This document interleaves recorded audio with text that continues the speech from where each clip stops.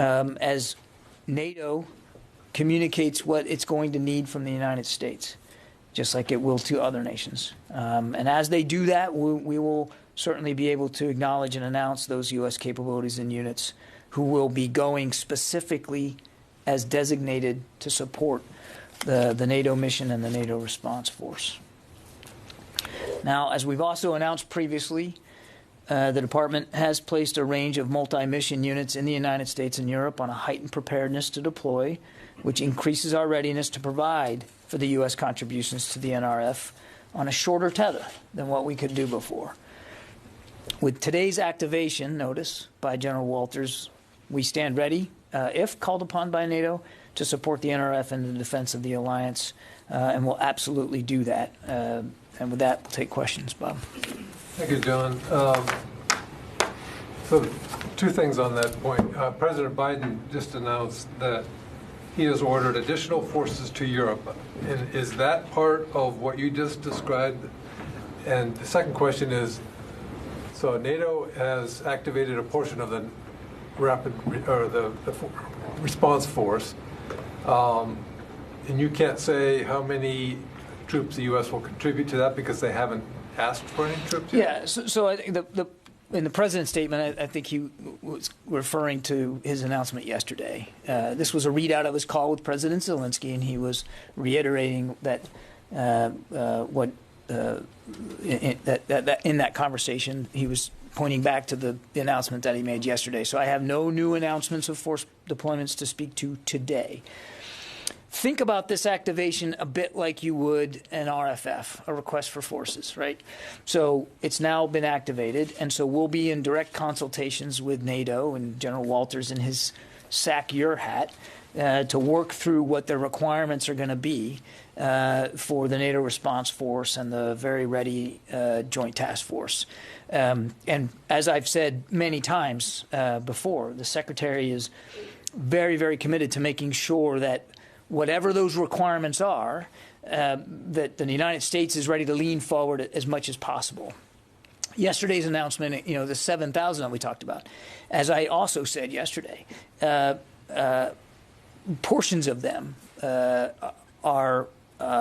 we can expect will be earmarked for the NATO response force. Again, after we've consulted with General Walters and NATO and we understand what they need, but one of the reasons why President Biden pushed them forward was so that they could be ready for just such a need. And we wanted to get the clock going to get them pre-positioned, if you will. So there's still some homework to be done, still some math that needs to be worked out. But again, the Secretary wanted to make sure, and the President obviously wants to make sure, that we're leaning as far forward as we can. But it likely would be an armored brigade, among other things. Yeah, I mean, it could be. Again, we're gonna work closely with NATO and make sure that we fully understand what the requirements are from the United States perspective, and then we'll move forward. But a good chunk of the 7,000 we talked about yesterday, we believe will be earmarked for NATO contributions.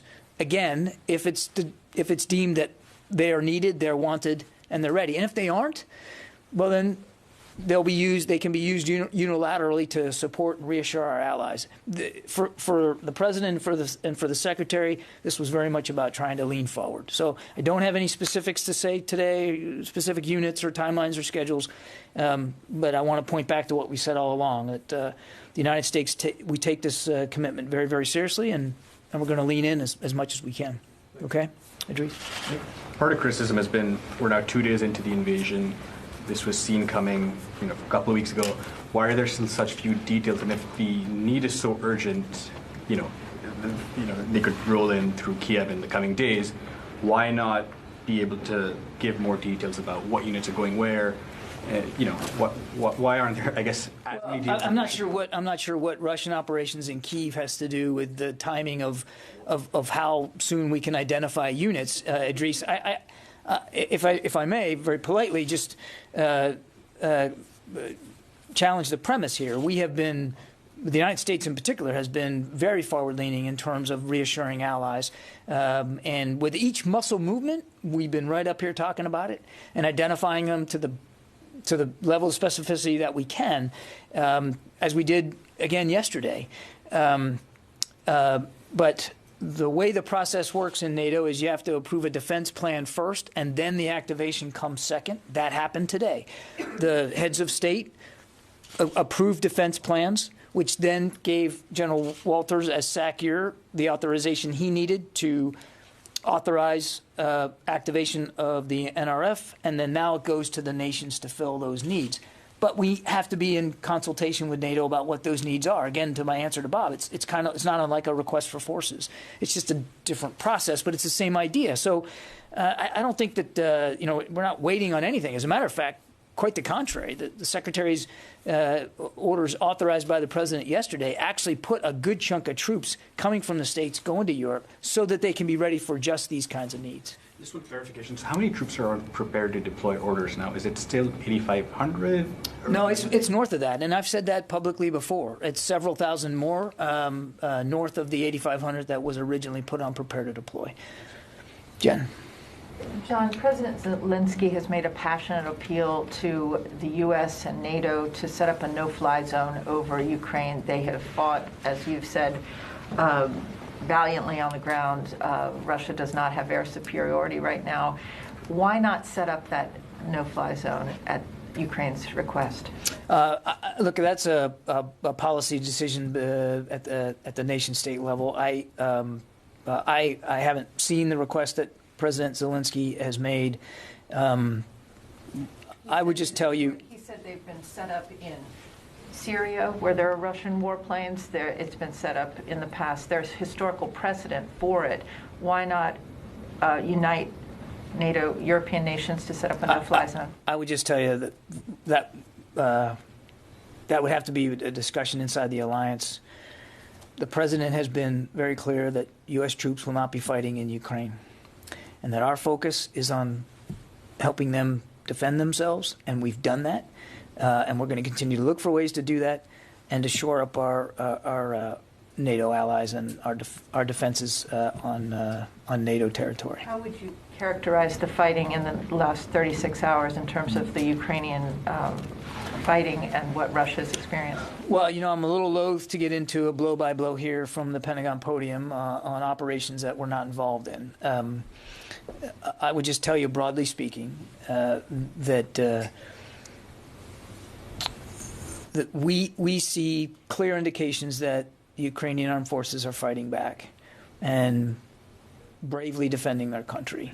And we also see indications that there have been measures of success in that regard because, again, without getting into a blow-by-blow, it's not apparent to us that the Russians over the last 24 hours have been able to execute their plans as they deemed that they would. But it's a dynamic, fluid situation. It wouldn't be responsible for us to talk about it in a predictive way right now. And we're watching it as closely as we can. But they are fighting back. They are fighting for their country, and they're doing so bravely. But you're saying Russians are facing setbacks on the battlefield from what you can Our see. understanding is that they have experienced some setbacks, yes. Let's go, Megan. On the forces who have been put on alert and then activated. Earlier this month, it was 8,500. The Pentagon has said since then that there were more people put on prepare to deploy orders. The Pentagon has also said that the 7,000 troops activated yesterday, some of them had been on that part of that original 8,500, some of them weren't. So my question is, how many troops total since the beginning of this month have been put on prepare to deploy orders, and how many are still on prepare to deploy orders after this activation yesterday? Megan, I don't have an exact figure for you. As I said, it's been several thousand more in addition to the 8,500. Somewhere between 10 and 12,000 total have been put on prepare to deploy orders or accelerated. Some of them were already on PTDO, and we'd shorten that tether. For instance, in some cases from 10 to 5 days. Some of that number wasn't on heightened alert, and so we did put them on PTDO, prepare to deploy orders. It varies by unit and by capability, and I don't have an exact breakdown of what is going to be going as a part of this NATO response force package, because again, we're still working our way through that requirement. Right. The question is who's on alert, who has been on alert, who is no longer on alert and is going. I don't have a specific list for you today. 10 and 12,000 have been the total amount who have been alerted. Roughly speaking. Is it safe to deduct 7,000 from that, roughly, to say that there are the remainder is still waiting? So again, we got to be careful here, Megan. Not everybody that has been put on a heightened alert posture is earmarked for the NATO response force. Some of those units are simply that the Secretary wanted to make sure they were more ready to go in a unilateral capacity. Some may be perfectly placed in to be used for the VJTF. We'll have to see what the requirements look like. So it's not binary. It's not, well, that's all. These troops are just designated for NATO, and these troops are just designated for unilateral. These units that the president announced yesterday, that 7,000, they could very well fit the bill for the NATO response force, and maybe they won't, and we'll have them ready in a three-point stance in case we need them from a unilateral perspective. So that's why I'm being very careful today, because it's not either or. It's a menu of options that are going to be available to national leaders. And again, what I can promise you is, as we get solidity on this and more specificity, we'll detail that for you. It is safe to say there are several thousand more who are on some sort of heightened alert for Europe in general. It is safe to say that. One force or the It is other. safe to say that. Yeah, Sylvie. Thank you. I understand that NATO gave the order to prepare the troops. What would trigger NATO to deploy them? Would it be Russian troops going to the west of Ukraine, or what kind of threat would trigger their effective deployment? That really is a decision for the NAC to make, for the alliance to make. It wouldn't be a unilateral U.S. decision. I think today's approval of the defense plan and the activation itself, as I said, is historic. First time that they have been so activated. That's a big deal. Now, again, what does it look like? How many? And where does the alliance want to place them? All of that is still being worked out. And so I can't honestly answer your questions about what the trigger is. I think you can safely assume that what has been triggered here is the activation, and the trigger for that has been this unlawful invasion again by Russia into Ukraine. Yeah, Cassie. John, Secretary Stoltenberg also mentioned about providing defense article support and also including air defense systems to Ukraine. Is there going to be any input from the United States, any type of air defense systems like Patriots or advanced air defense systems? What I would tell you is we're continuing to look for ways to support Ukraine to defend themselves. We have continued to do that, and we're going to look to do that going forward. And we're very actively engaged in those efforts to help them better defend themselves through both lethal and non-lethal assistance. From the very get-go, I have not been detailing for any of you each and every package, each and every shipment. Because I think you can understand, and it's particularly relevant now, that Ukraine is involved in a no-kidding invasion of their country, that we wouldn't want to put it out there in the public space, everything they're getting from the United States. So we're going to continue to be judicious about how much detail we put out there. But we know they have self-defense needs. We're going to do the best we can to fill them. And what's more is other nations are too. It's not just the United States. David. Without detailing, can you say, are you continuing to ship defense equipment to Ukraine? We are let me put it this way, David. We're not talking about the effort to help them defend themselves. We are not talking about the effort to provide security assistance in a lethal and a non-lethal way in the past tense. I'd leave it at that. Janie? Riddles. We're continuing to provide ways for them to defend themselves. That's as far as I'm going to go. You're continuing to We're provide. continuing You're not to just provide. looking at. We're continuing. You're not just looking at ways to support. You are continuing to provide. It's not. Yeah. Okay. I wasn't trying to be funny. It's not past tense. It's not over. It's not done. We're continuing to look for ways to help them defend themselves. Janie. Thank you, John. I have two questions on Russia and South Korea. First question, as you know, Russia has warned that it will retaliate immediately if there is a foreign state intervenes in Russia's moves. What is your comment? I follow up the second question. What is my comment about? I'm sorry. Can you say it again? Russia has warned that it will retaliate immediately if there's a foreign state intervenes in Russia's moves. Look, we're going to do everything that we need to do to defend our country. And as the president has said, we're going to do what we need to do to defend every inch of NATO territory. And we take those obligations seriously, both to the American people and to to our allies. I just leave it at that. At the same time, second question, at the same time, Russia said if South Korea joined the sanctions along with the United States, it will not have the Korean Peninsula issues. How can you comment on this?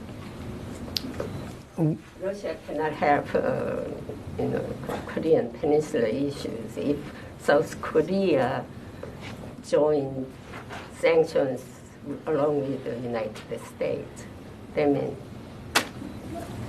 Well, you know that South Korea joined the sanctions with the United States. We welcome that. Russia warning that if South Korea doing this, they will not have. We welcome the comments made by our South Korean allies. We welcome their willingness to impose sanctions on Russia, as so many other countries are doing. And I think the message is very clear that Mr. Putin continues to isolate himself and his people by these reckless and unlawful actions. And so you're seeing out of South Korea what you're seeing so many other places in the world, where countries are making very clear, very demonstrably so, their condemnation of this invasion of Ukraine. And again, we welcome the contributions to that effort by South Korea. John, can I just ask a follow-up? David, sorry.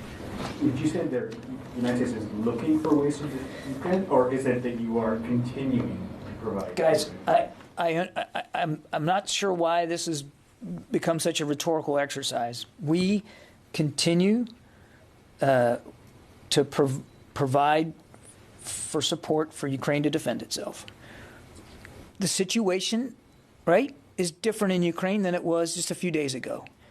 So it would follow, I would think, that we're going, that we're going to have to look for other ways to do this.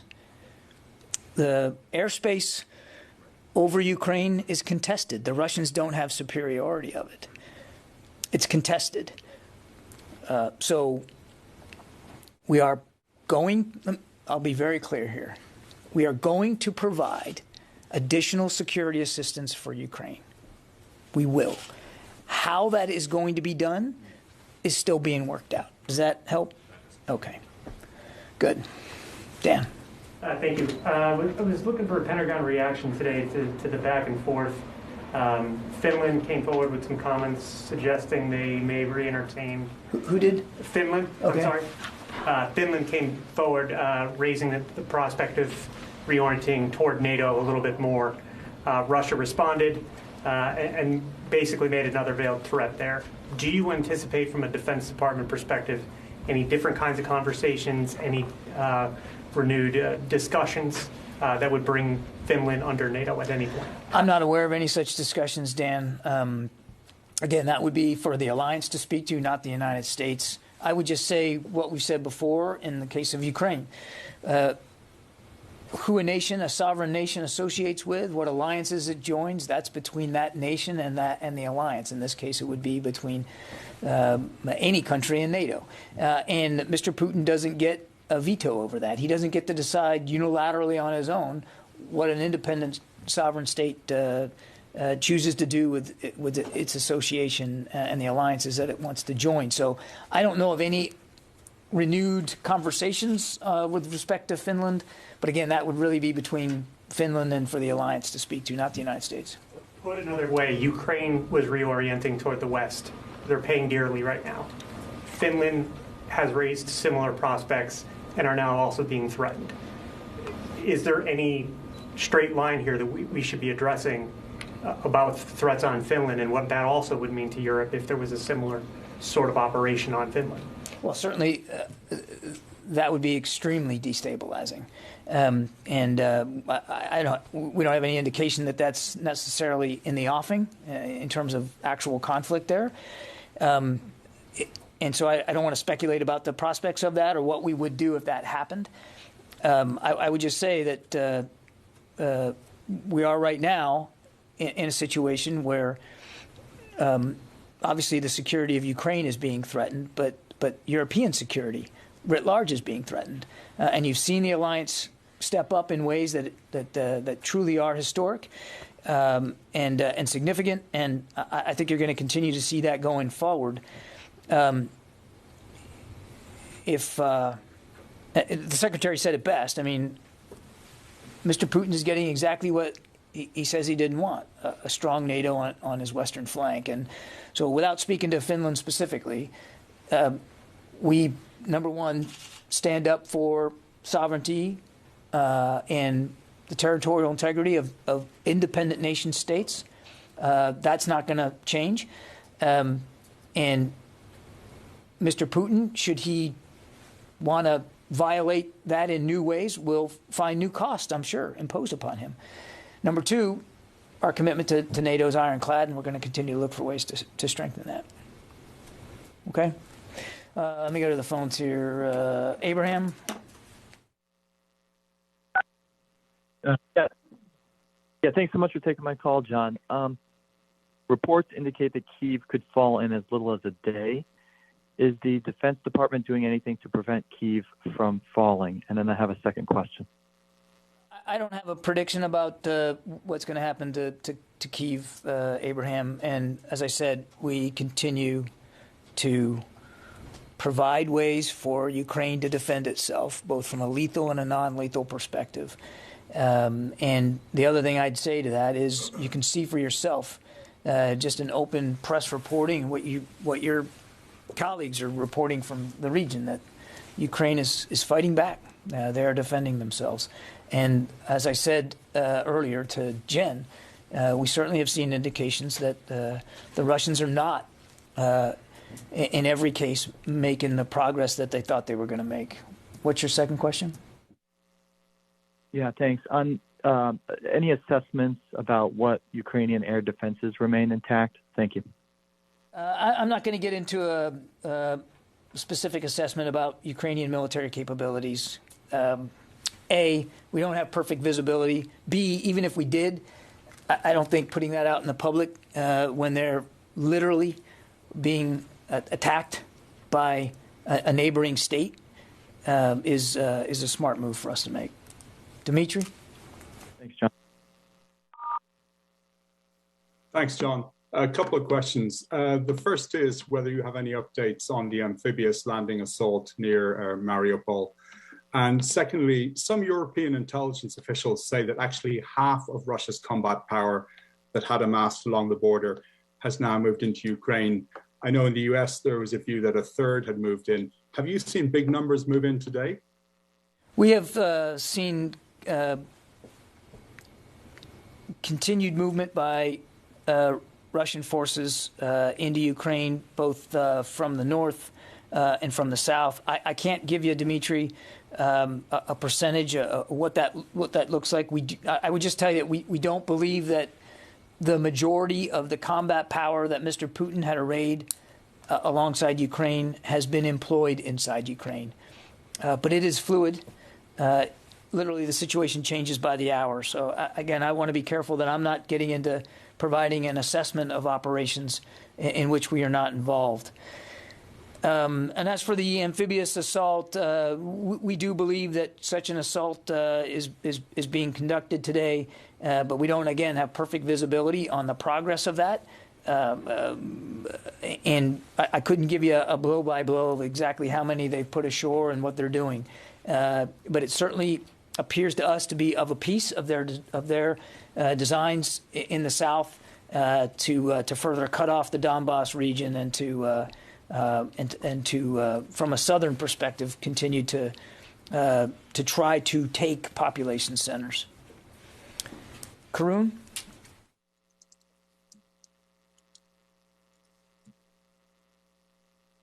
Hi, John. Sorry, can you hear me?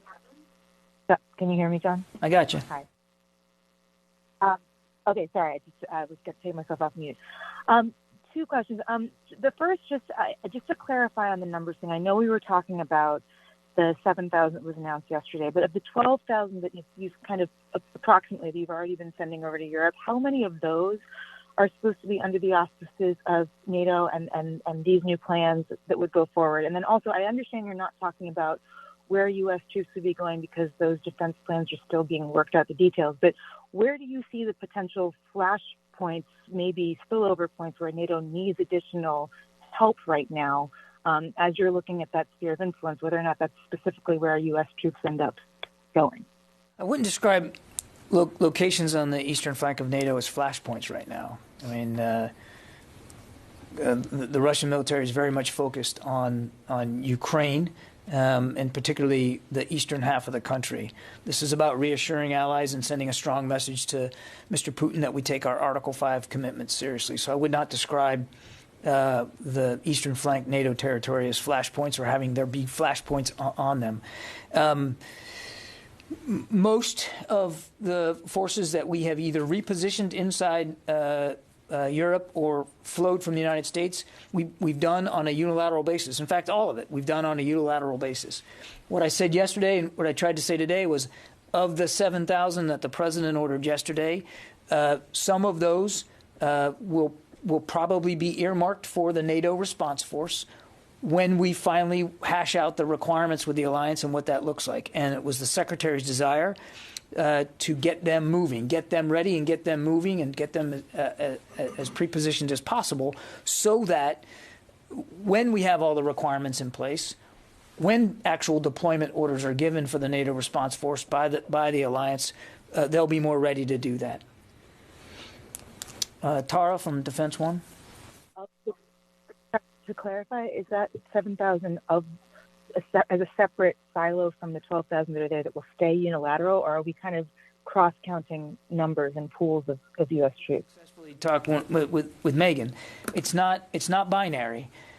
We have the Secretary has shortened the tether on roughly 10 to 12,000. Some of those 10 to 12,000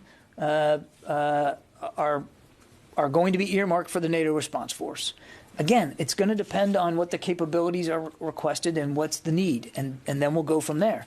Some of them he put on prepare to deploy orders or shortened tethers simply because he wanted them available for unilateral U.S. action.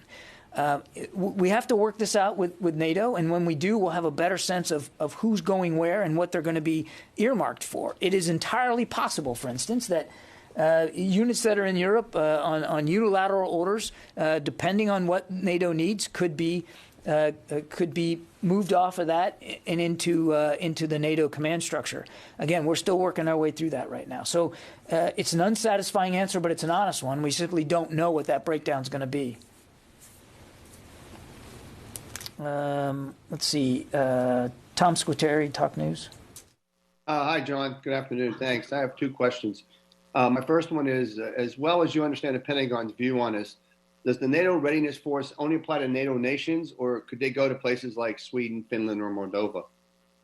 These troops that we have provided and that we will continue to look at providing are earmarked for NATO territory. Paul McCleary, Politico. Wait, John, I had two questions. My second one is, is the Pentagon considering pulling out the National Guard trainers that are now in Moldova?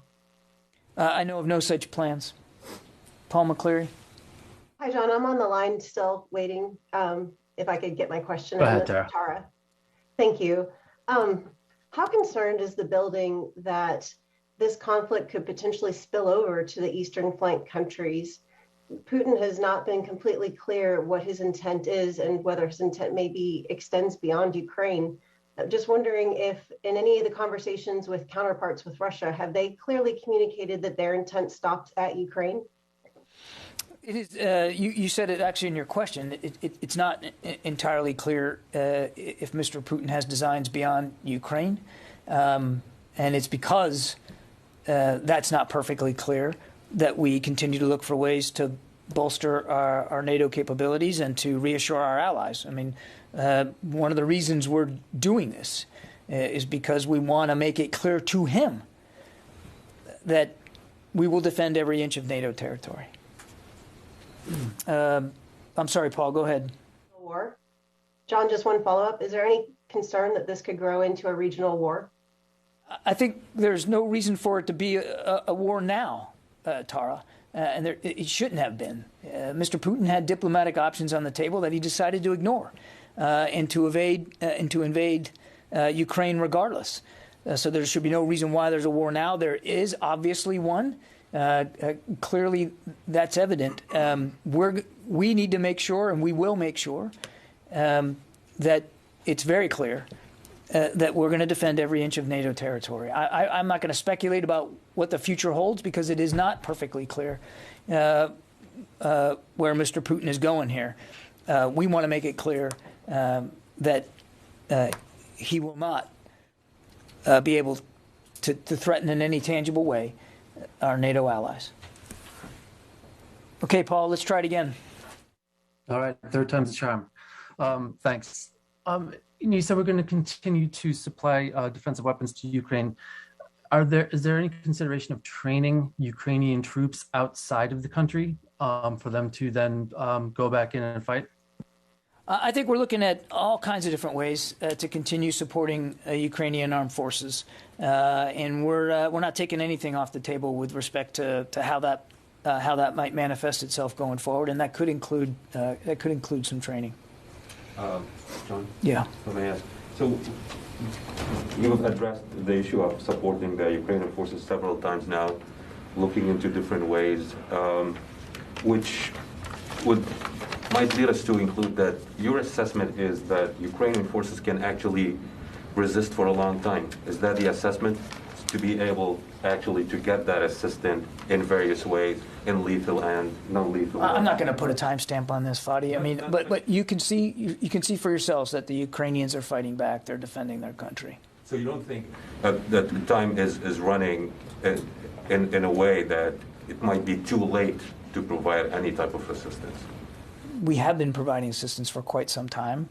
We're going to continue to provide assistance, and they're fighting back. They're fighting back in many ways using the assistance that the United States has provided, as well as other nations. So they're using the assistance. You can see it for yourself. I'm not going to tell you what weapon systems they're firing on what day and in what location. I don't have that level of fidelity. But you don't need me to tell you that. You can see it for yourself in the imagery. They're fighting back. Yeah. I think that's it for today. Thanks very much. Have a good weekend.